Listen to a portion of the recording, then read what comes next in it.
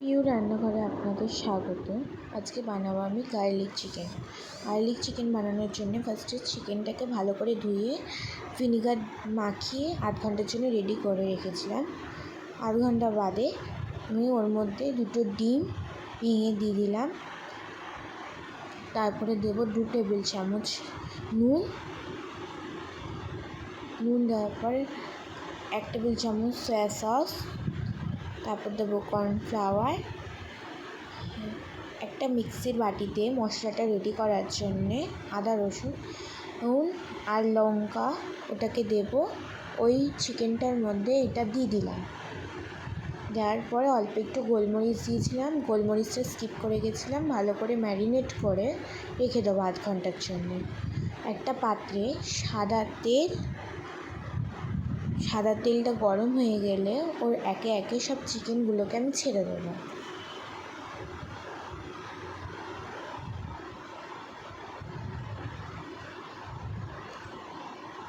একে একে সব ছেড়ে দেওয়ার পর আপনার সাথে দেখা করছি।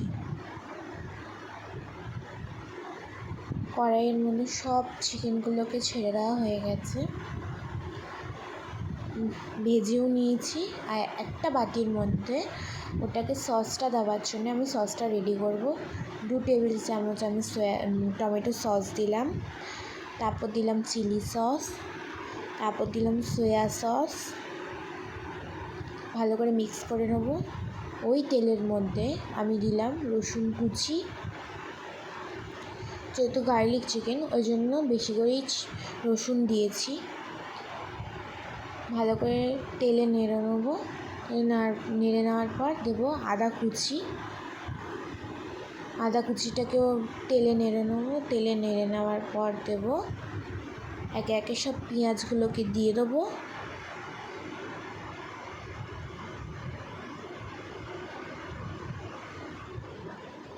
পেঁয়াজগুলোকেও ভালো করে তেলে নেড়ে নেবো। নেড়ে নেওয়ার পর সব ক্যাপসিকামগুলোকে দিয়ে দিয়েছি।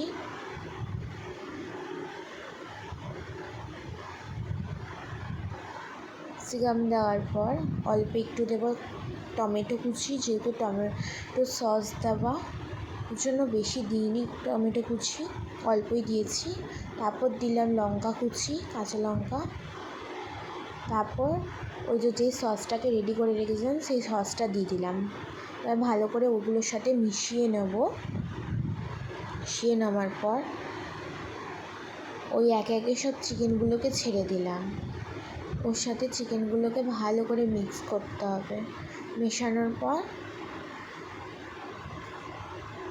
অল্প জল দেব, বেশি জল দেব না যাতে গ্রেভি বেশি না হয়, অল্পই দেব।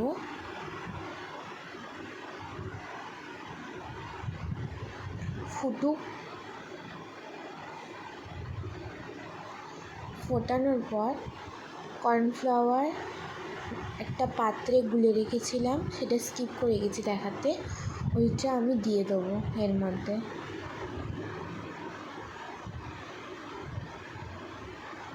এবার দেবো স্বাদ মতো নুন। যেহেতু পকোড়াতেও নুন দেওয়া, চিকেনগুলোতেও নুন দেওয়া রয়েছে আর সসেও নুন দেওয়া, ওই জন্য স্বাদ মতো নুন দিয়েছি। এবার গার্লিক চিকেনটা ব্যালেন্স হওয়ার জন্যে ওতে স্বাদ মতন চিনিও দিয়েছি। তারপর ঝালটা বাড়ানোর জন্যে অল্প গোলমরিচও দিয়ে দিয়েছি। এবার ভালো করে নেড়ে এবার কেমন হয়েছে আপনাদের এবার আমি পরিবেশন করে দেখাবো একটা পাত্র।